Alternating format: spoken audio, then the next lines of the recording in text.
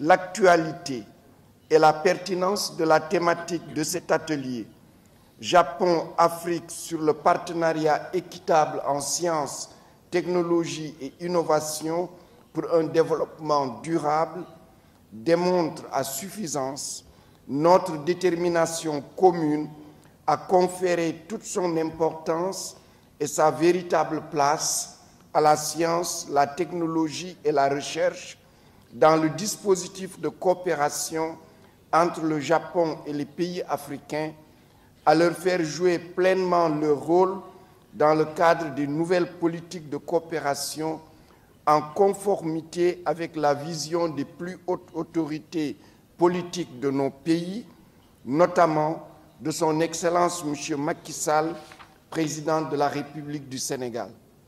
Je remercie vivement l'Agence japonaise de la science et de la technologie pour cet appui exceptionnel à la création et au renforcement de capacités de soutien à des recherches en cohérence avec la constitution de consortia africains et japonais autour des questions prioritaires pour la marche de l'Afrique vers l'émergence économique et sociale dans un développement durable.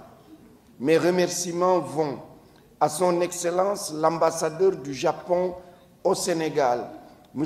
Arai Tatsu, pour son engagement et son utile et efficace soutien pour l'organisation d'ores et déjà réussie de cet atelier.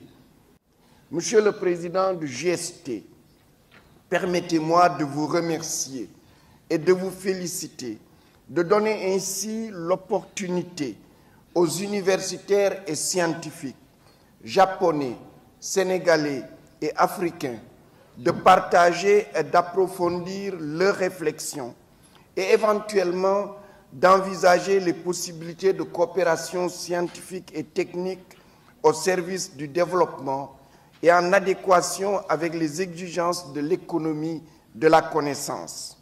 C'est donc avec enthousiasme que je souhaite la bienvenue en terre sénégalaise à tous les académiciens et chercheurs qui ont accepté de se distraire de leurs importantes occupations pour effectuer ce séjour à Dakar, encore partager leur expertise et leur expérience en matière de sciences et de techniques au service du développement de l'Afrique.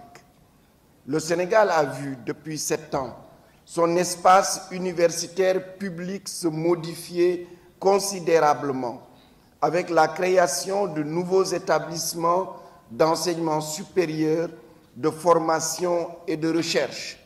J'en citerai juste 2, la création de l'Université virtuelle du Sénégal, qui aujourd'hui a 27 000 étudiants en licence et master, et la création du réseau des instituts supérieurs d'enseignement professionnel.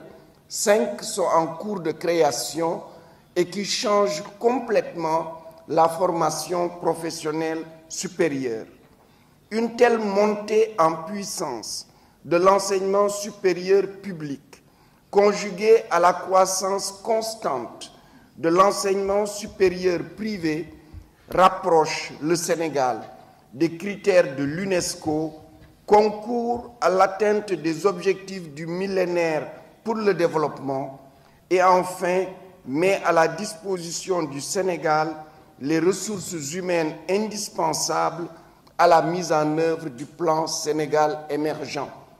Les indicateurs de l'UNESCO de 2015 sont illustratifs de la réforme au Sénégal. En 2015, la part du budget du Sénégal pour la recherche est de 0,8%, plaçant le Sénégal dans le top 3 des pays africains, Afrique du Sud et Kenya. Le Sénégal a aujourd'hui un nombre de chercheurs pour 1 million d'habitants qui le situe dans les 6 premiers pays d'Afrique. Le taux d'accès à l'enseignement supérieur en 3 ans est passé de 0,9% à 11,2%. Et ceci, évidemment, sont les chiffres de 2015. Nous sommes convaincus que les chiffres de 2018 changeront complètement la donne. Pour ce faire, l'État du Sénégal a très tôt compris la nécessité d'attirer les meilleures compétences. Il a pris non seulement la décision de conforter la vocation africaine de son université, mais d'inscrire son académie dans l'universalité en élargissant le recrutement de ses enseignants à toutes les nationalités avec exactement les mêmes obligations et avantages que les nationaux. Mesdames, Messieurs, la présence du Japon en terre d'Afrique est discrète, mais d'une très grande efficacité. Elle est de plus en plus forte et massive. Ainsi, le Japon organise régulièrement et alternativement au Japon et en Afrique une conférence internationale sur le développement de l'Afrique, la TICAD. La prochaine rencontre se tiendra d'ailleurs en août 2019 à Yokohama, au Japon. Il est vrai que dans le cadre de ces rencontres, le Japon envisage ses relations avec l'Afrique sous l'angle des affaires, de l'investissement, du développement économique. Il nous arrive avec l'ambition d'aider à impulser le développement de l'Afrique avec l'Agence japonaise de coopération internationale, JICA ou JICA, selon. Le dessein est donc d'ériger un partenariat économique mutuellement avantageux.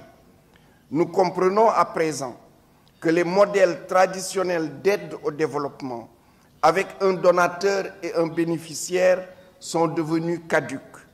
Les relations internationales sont devenues complexes et se structurent autour d'enjeux et d'intérêts dont la prise en charge simultanée et réciproquement avantageuse constitue le facteur clé de réussite de la coopération. En ce sens, la démarche de la GST rencontre la vision et les priorités du continent africain et du Sénégal. En effet, il est de plus en plus admis que sur le continent, que l'enseignement supérieur, la recherche, la science, la technologie et l'innovation doivent être érigés en levier de développement économique, social et culturel.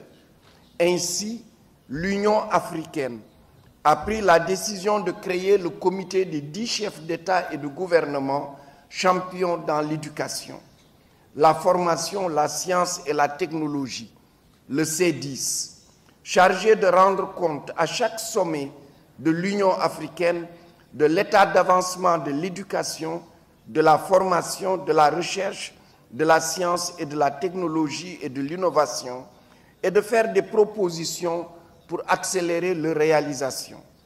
C'est d'ailleurs le président de la République du Sénégal, son Excellence M. Macky Sall, qui le préside. De même, la Banque mondiale a lancé depuis plusieurs années l'initiative des centres d'excellence africains en Afrique de l'Ouest, du Centre et de l'Est, avec un important financement destiné à permettre ou à faciliter le financement de la recherche. Au Sénégal, nous avons 4 centres d'excellence, le MITIC, mathématiques, informatique et TIC, le SAMEF, santé de la mère, de l'enfant et de la famille, AGIR, c'est la santé et l'environnement, AgriSan, l'agriculture et l'agroécologie. J'aurais pu tout aussi bien vous parler du Partnership for Skills in Science, Engineering and Technology, PASET, initié par 3 pays africains, l'Éthiopie, le Rwanda et le Sénégal, qui ont été rejoints plus tard par la Côte d'Ivoire et le Kenya. Cette initiative est soutenue par la Banque mondiale, la Corée du Sud et l'Inde, peut-être bientôt par le Japon. Ou encore le programme Horizon 2020 de l'Union européenne, de la Grande-Bretagne qui, à travers la Royal Society, a lancé une initiative dotée d'un montant de 17 millions de livres pour le financement de la recherche et bien d'autres initiatives encore. L'Afrique a besoin de recherche de haut niveau sur ses priorités de développement, de former et de maintenir sur place des chercheurs et des enseignants-chercheurs. La mise en consortia entre chercheurs africains et japonais est une stratégie sûre pour favoriser l'émergence d'une masse critique de chercheurs et d'enseignants-chercheurs de rang mondial. C'est le chemin pour que l'Afrique soit utilement présente au rendez-vous du donner et du recevoir. Je reste convaincu que donner un élan à la recherche et à l'innovation, notamment dans le domaine des sciences, technologies et innovations, est indispensable pour assurer le développement de l'Afrique. Mais je constate au même moment que nous faisons face à un déficit important de scientifiques, une insuffisance d'équipements adaptés pour une recherche avancée, une carence en ressources financières mobilisables pour la recherche. C'est d'ailleurs la raison pour laquelle le Sénégal a lancé la construction sur 14 hectares de la Cité du Savoir, qui sera dotée d'un supercalculateur, d'un pétaflop de puissance de calcul et de bien d'autres équipements lourds pour que la recherche pour l'Afrique se fasse en Afrique et au bénéfice de l'Afrique. Mesdames, Messieurs, ces problèmes bloquent le développement de la science.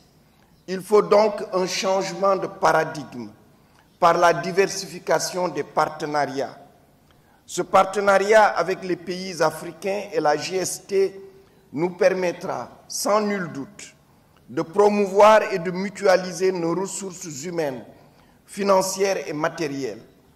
Il va servir également de cadre de partage d'expériences entre les différentes parties prenantes en favorisant l'organisation des réseaux scientifiques. Une telle approche de promotion des sciences, technologies et innovations en Afrique est très profitable pour tous. Et le Sénégal marque son engagement au niveau le plus élevé à œuvrer pour la réussite de cet important projet de multipartenariat Japon-Afrique. Mesdames, Messieurs, le thème de cet atelier rencontre une préoccupation majeure de l'Afrique en ce XXIe siècle. En effet, l'Afrique a impérativement besoin de sciences et de technologies. L'Afrique est condamnée à produire de la science et de la technologie. L'Afrique ne peut qu'articuler la science et la technologie moderne avec ses connaissances endogènes dans les domaines où elles existent. L'Afrique a l'obligation de créer une coalition de toute la société autour de la science et de la technologie.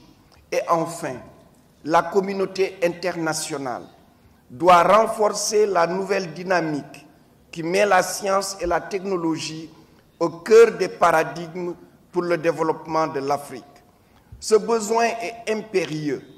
Il tient au seul choix de développement possible, acceptable et de toute façon conforme à notre temps. C'est ce que j'appelle le choix de développement civilisé, car il sera durable, respectueux des droits humains et de la bonne gouvernance. Cela représente un coût pour nos pays, contrariant et décourageant parfois, mais c'est le seul moyen de réussir et de bâtir une société de paix avec une forte culture scientifique et technologique. C'est le prix à payer pour que la seule voie de développement laissée à l'Afrique ne soit pas sans issue un exutoire pour un soi-disant refus de développement de l'Afrique. Mesdames, Messieurs, la démographie de l'Afrique ne laisse pas d'autres possibilités au continent que celui de la formation technique, scientifique et professionnelle de sa jeunesse. La formation scientifique et technologique massive de la jeunesse africaine sera l'antidote aux différentes politiques d'immigration choisies. La mobilité d'une jeunesse africaine, technicienne et scientifique sera un atout pour le développement de l'Afrique.